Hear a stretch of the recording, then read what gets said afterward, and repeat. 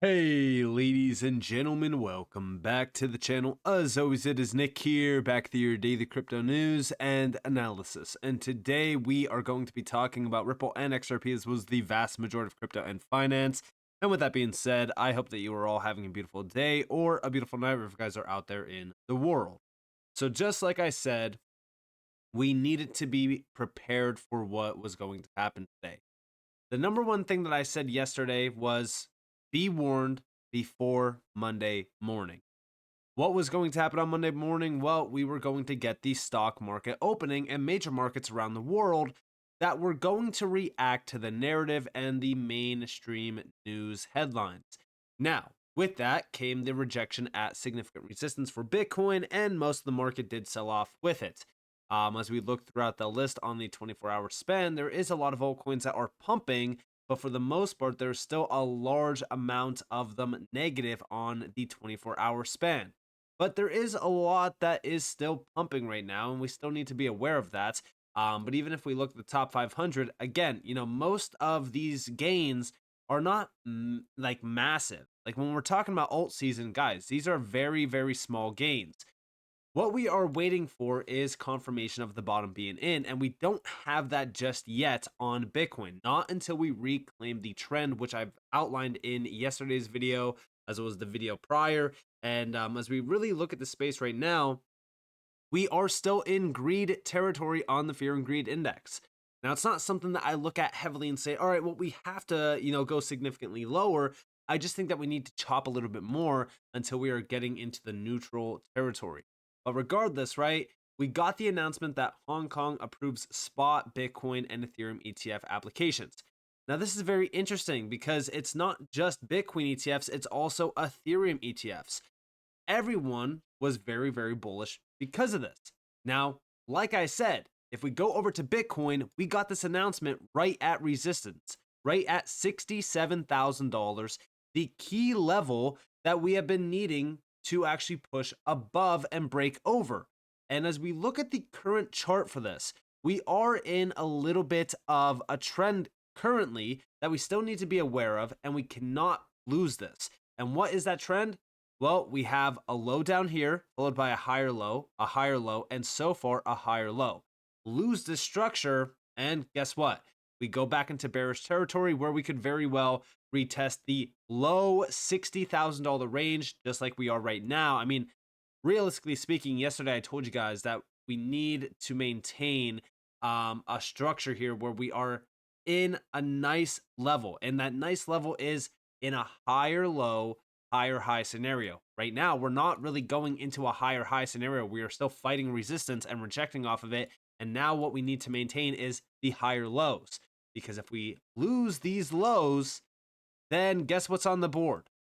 Going back down to the next significant level of demand, which is the low $50,000 range. This is like $50,000 to $53,000. So far, we've already backtested a significant demand zone. That's this area here. We're still in it actually currently, which is why I would love for us to actually maintain this level. Losing this 61K level on this chart would tell us everything that we need to know about Bitcoin, which is that, guess what? We're probably going to have something like this where we come back down here, range, and then we go. But this would be a very significant loss. This would be enough to actually push the market into fearful levels, because even from here down to this level, we're talking about roughly a 16% drop to roughly almost 20%, depending on how low we actually go within this demand zone down here. But regardless, right, this is something that I've been really kind of mentioning for a little bit of time now within this market, because everyone has been extremely bullish. And even with the ETF announcement yesterday, I saw a lot of people leveraging longs into this announcement. And we did get a nice spike. People probably made some money, but liquidations continue to actually happen. And I even said that, right? I said, I'm seeing a lot of talks of people ready to leverage long these levels. What could possibly go wrong? And I mentioned this in yesterday's video right before we got the opening, right? And I said that this is concerning. It's a concerning thing, because when we start to see this, most people are going to leverage long and get completely caught off guard by a significant downtrend happening. And if we look at the 4 hour, right, you could see what's been happening here, right? First off, we got the first initial test of like roughly almost 67K. It was like 66.9K. It was very, very close. Then we got the rejection. And in 2 4-hour candles, we already lost all steam. I mean, we're talking about roughly a drop of 6, almost 7%. Now, to most people, that's like, all right, well, it's just a 7% drop. If you are playing with leverage, that is a very significant drop, and that is enough to actually liquidate positions. So that's what actually happened, which was, again, why most of the market kind of flipped pretty bearish today.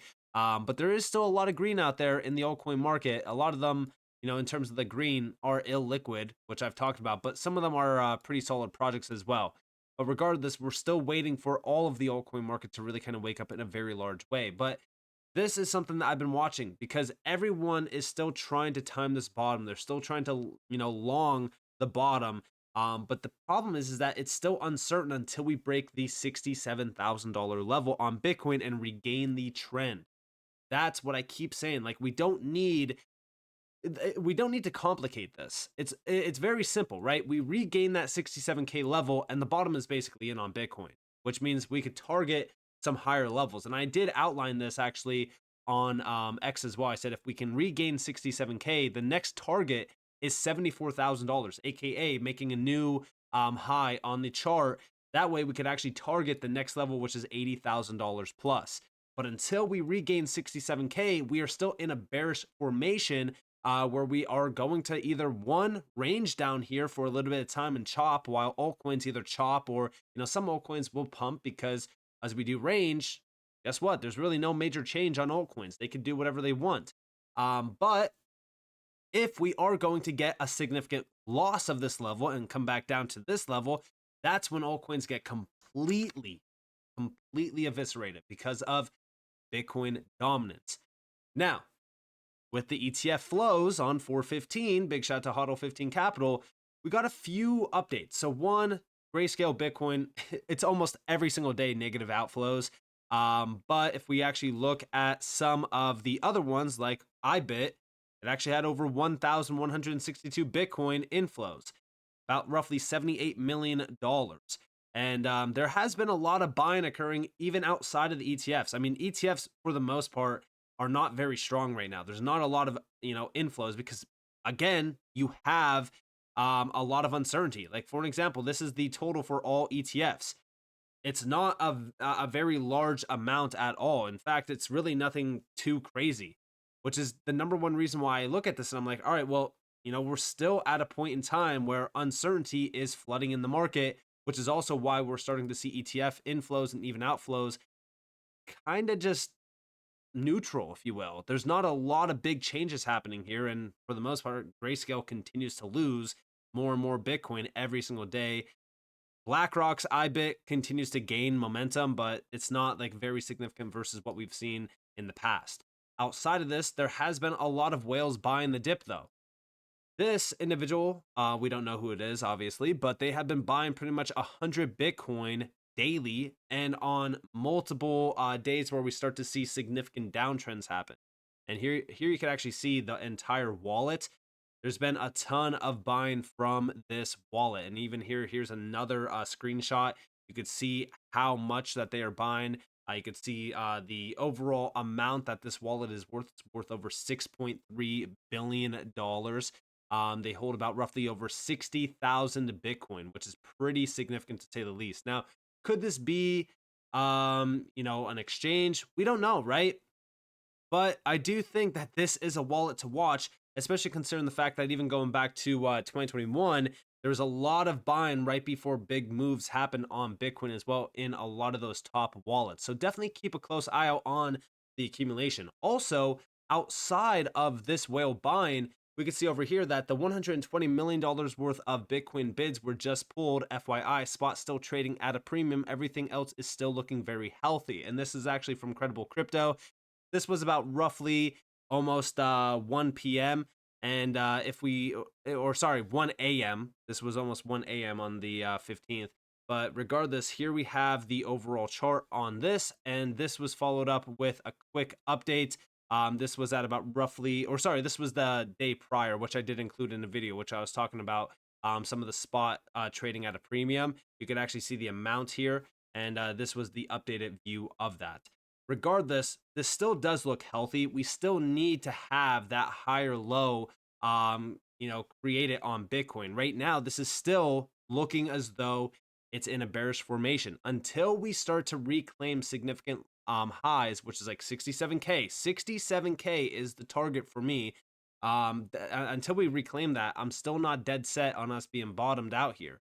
That's why when we look at the spot trading, I do think that this could very well allow us to have some nice retests of 67K until we break over it. Again, it's going to be acting as significant resistance until we break over it. But there is still a lot of buying occurring on the back end, which it is mostly whale buying. We don't need to lose 61K, and we don't need to lose this overall trend. The thing that we need to watch is more so on the higher time frames, like the 1 week. The 1 week is something that I've been watching because although this is still in a bearish formation, I mean, this prior weekly candle was something to watch for because we closed below 67K. That told us that this week is going to be pretty rough in terms of volatility. And so far, it hasn't been volatile, but it has been pretty rough for most altcoin bags. We're still under significant levels that we need to reclaim on this weekly candle, because remember, this weekly candle is the big one. Because if we are going to start to see closes below significant support zones, that means that we are going to go lower on a lot of those altcoins. On Bitcoin, mainly what I'm really watching for is us to maintain above the EMAs. So far, we are still riding the 10 weekly EMA at about roughly 62.6K. Again, unless we lose 61K, I'm not too concerned. It's the same exact way on the opposite, right? We either regain 67K and we continue to move to, $74,000, or we lose 61K and we come back down into this demand zone. Either one we need to watch for. All of the price action in between this is just us ranging until the next move is in place.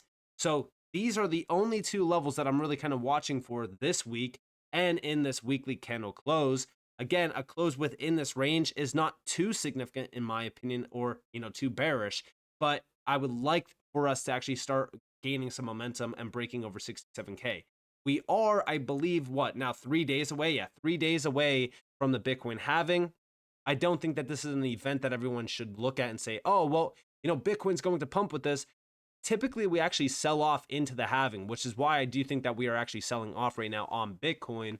But the big thing that I'm really kind of looking at is more so Bitcoin dominance with Bitcoin, because if this next move on Bitcoin is bullish after the halving is commenced, again, typically after the halving, altcoins go parabolic, right?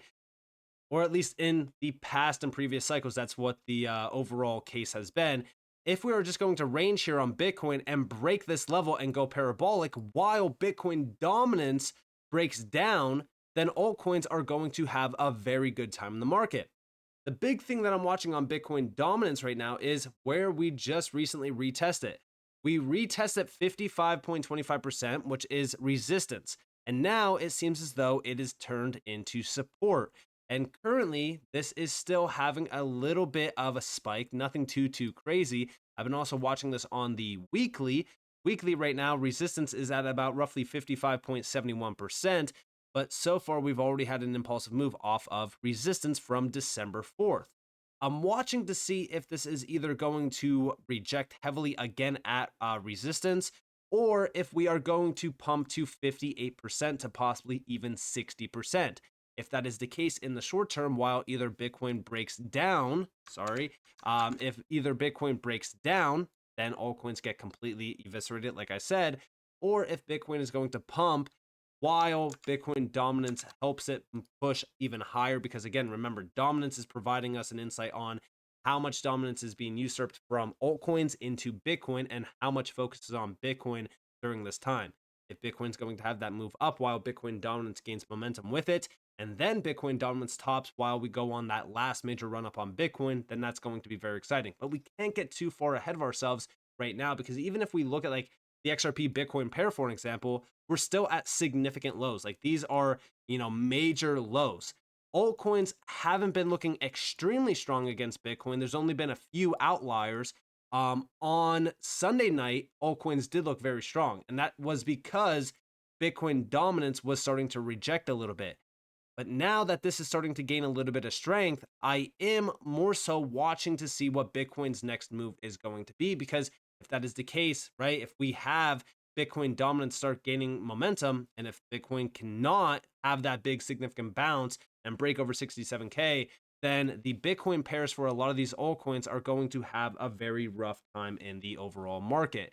But I am definitely watching the total three, because just like I said in yesterday's video, I am expecting one last drop on this chart, which would be roughly about a 6-8% or so within this range. It all depends on how much we range kind of sideways until we get that big drop.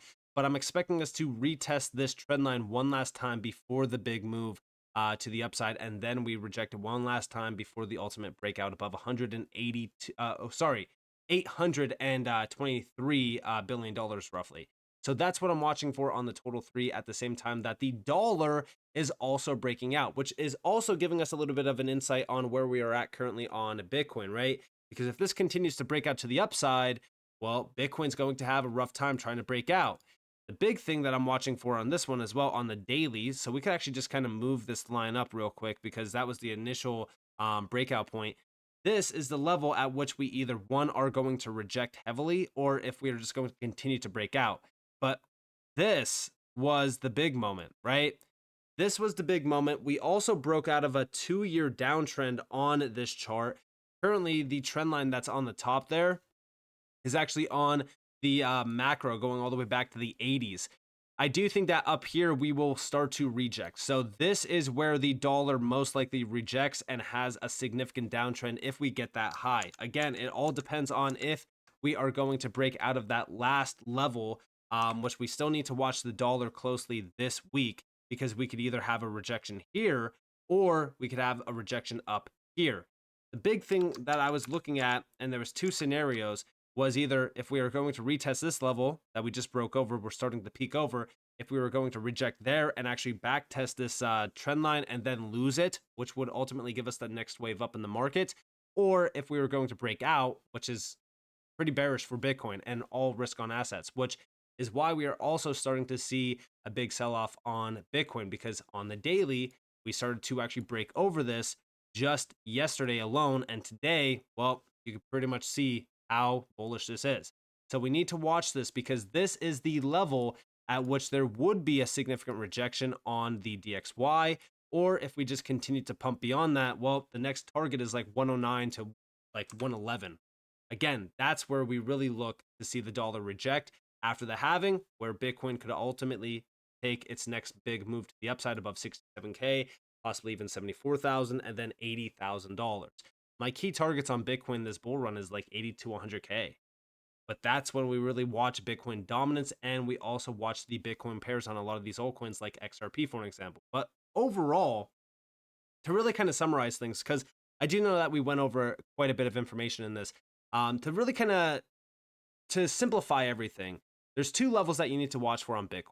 67K for bullish, for the bullish trend to be regained, or a loss of $61,000 for the bearish trend to begin.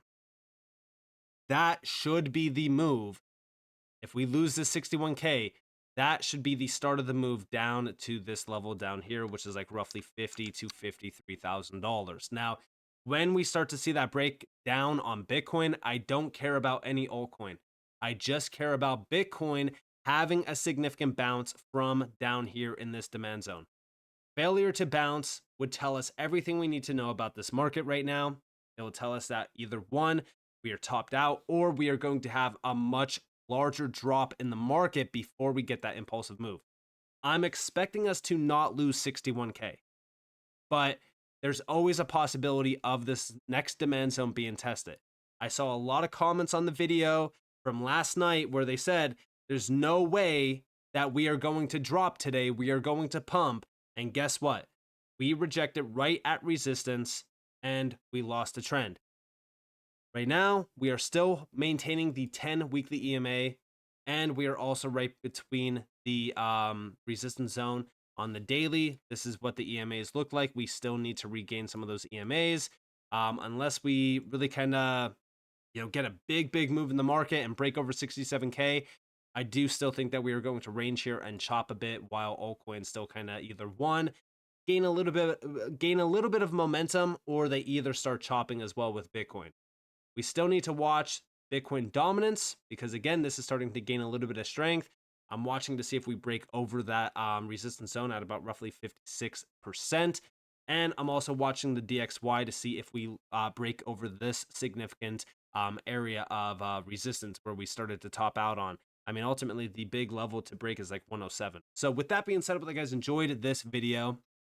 If you guys did, definitely leave a like, subscribe to notifications on if you guys more free content. You guys are more than welcome to follow me on Twitter and join the free Discord in the description below. And with that being said, guys, it's been Nick. Thanks for watching. Peace out.